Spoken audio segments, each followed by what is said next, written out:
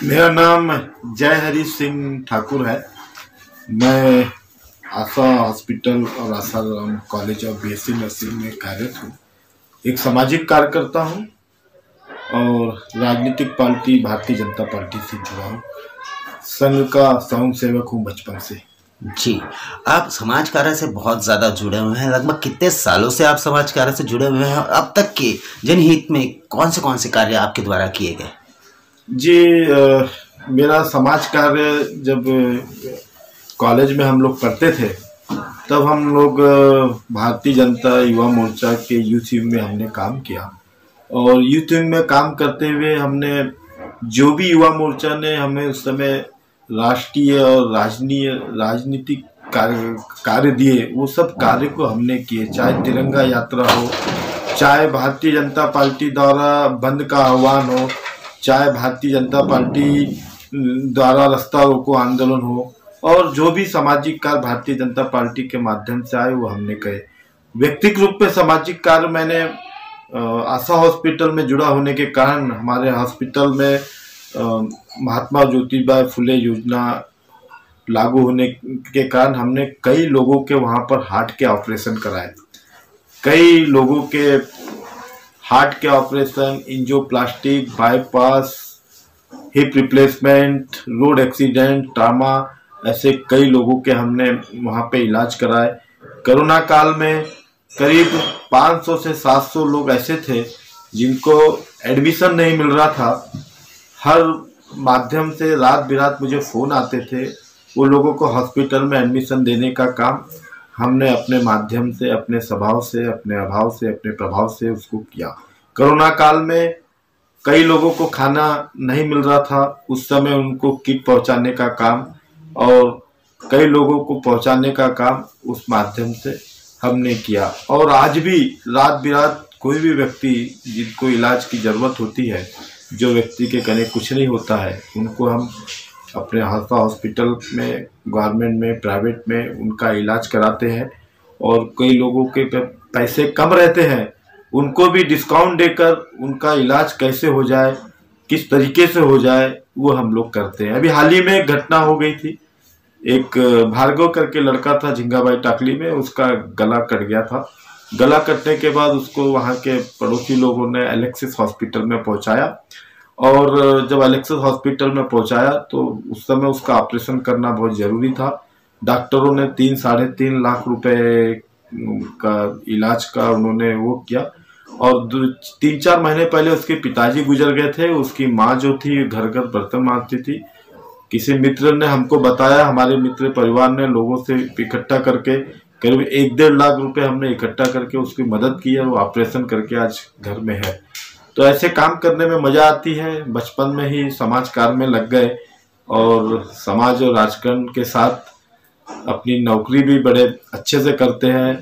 और कोई भी समाज का दुख दर्द हमारे पास आता है तो उसको हम जरूर करते हैं। संजय गांधी निराधार योजना का अध्यक्ष होने के बाद पश्चिम नागपुर में बहुत सारे लोगों को संजय गांधी निराधार योजना के अंतर्गत हमने लाभ दिया। उनकी पेंशन योजना हमने लागू कराई। भय मुक्त, भ्रष्टाचार मुक्त संजय गांधी योजना चलाए। दलालों का वहाँ बहुत बड़ा वो था, दलालों को वहाँ से हटाकर संजय गांधी में ज़्यादा से ज़्यादा लोगों को हमने पेंशन लागू कराई। और जब तक हम संजय गांधी के अध्यक्ष थे तब तक वहाँ वेटिंग लिस्ट खत्म हो गई थी। जिनका फॉर्म आता था इवन 15 दिन 20 दिन में हम लोग मीटिंग लेकर वो उसमें हम लोग उनको लाभ देते थे और उनका काम आगे बढ़ाते थे। इस तरह मेरा सामाजिक कार्य रहा है। अगर बात की जाए, आज भी हॉस्पिटल्स में बहुत अलग अलग सरकार की ओर से बहुत अलग अलग तरह की योजना चिकित्सा विभाग में है, लेकिन उसका अभाव है, लोग जानकारी में नहीं है। तो ऐसी कौन कौन सी योजनाएं हैं जिसका लाभ सामान्य व्यक्ति लेकर चिकित्सा करा सकता है? क्या जानकारी देंगे? जी, सरकार की योजना जो है, एक तो मोदी जी ने आयुष्मान भारत की योजना शुरू की है और हमारे महाराष्ट्र सरकार की महात्मा गांधी जीवन ज्योति फुले योजना है, MGIM जिसे कहते हैं।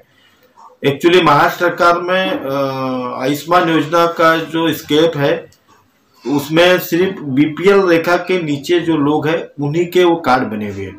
लेकिन महाराष्ट्र सरकार में जो महात्मा जीवन ज्योतिराव फुले योजना है, उसमें जिनका राशन कार्ड नारंगी कलर का है या पीले कलर का है, वो उस योजना में सीधे लाभान्वित होते हैं।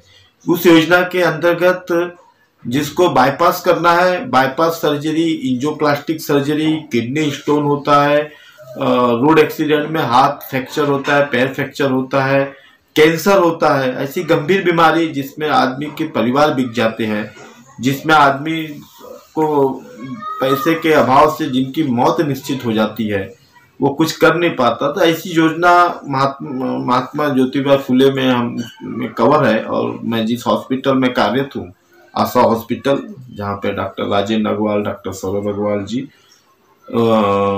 के माध्यम से उस हॉस्पिटल में हम उनका ऑपरेशन करवाते हैं और निःशुल्क ऑपरेशन करके उनके जीवन में, उनके परिवार में एक खुशी देने का माहौल करते हैं।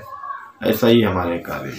बहुत से आपके सामाजिक कार्य हैं। पक्ष में कुछ दिन पहले आपका निलंबन चल रहा था और हाल ही में पक्ष ने वापस आपको अपने पास बुलाया, आपको यानी सम्मान पूर्वक फिर से वापस वो जगह दी। क्या कहेंगे आप?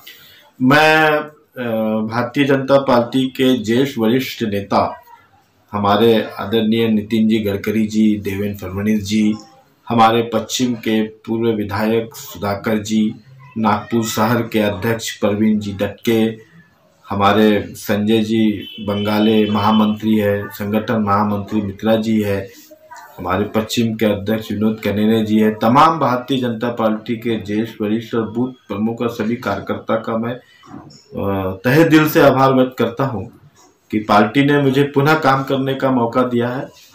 मैं पार्टी में सिर्फ तन से बाहर था, लेकिन मेरा मन भारतीय जनता पार्टी के बीच में ही रहा है।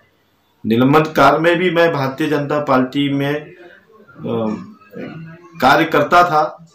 जिस तरीके से पार्टी मुझे कार्य देती थी और जो मैं कर सकता था वो कार्य किया। अभी मुझे पार्टी ने फिर पुनः मौका दिया है। मैं पार्टी का तहे दिल से आभार व्यक्त कर रहा हूँ और जीवन मरण तक भारतीय जनता पार्टी का झंडा लेकर चलना है। भारतीय जनता पार्टी को शिष्ट ऊंचाई में पहुंचाना है और एक कार्यकर्ता के रूप में मैं भारतीय जनता पार्टी में हमेशा रहूंगा और हमेशा पार्टी के लिए कार्य करूंगा। पुनः पार्टी के सभी कार्यकर्ताओं का मैं इसमें धन्यवाद देना चाहता हूँ। एक आखिरी सवाल मेरा, आज के जो युवा हैं ये कहीं ना कहीं समाज कार्य की और ना जाते हुए पद की लालसा रखते हैं और अलग तरह के एक अलग रूट में जा रहे हैं, तो आजकल के युवाओं को क्या संदेश देंगे आप समाज कार्य को लेकर? देखिए, मैं युवाओं को ये संदेश देना चाहता हूँ कि आप पहले अपना एजुकेशन पूरा करिए और आपकी जिस क्षेत्र में रुचि है उस क्षेत्र में काम करिए और वो कार्य करते हुए राजनीतिक क्षेत्र में भी आपको आगे आना चाहिए, क्योंकि लोकतंत्र में आपका सहभाग होना चाहिए।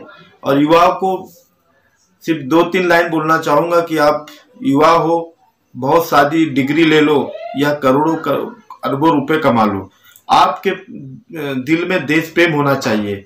अगर आपके दिल में देश प्रेम नहीं है तो आपकी ये जो डिग्री वो बेकार है, ये करोड़ों रुपए जो कमा रहे वो बेकार है।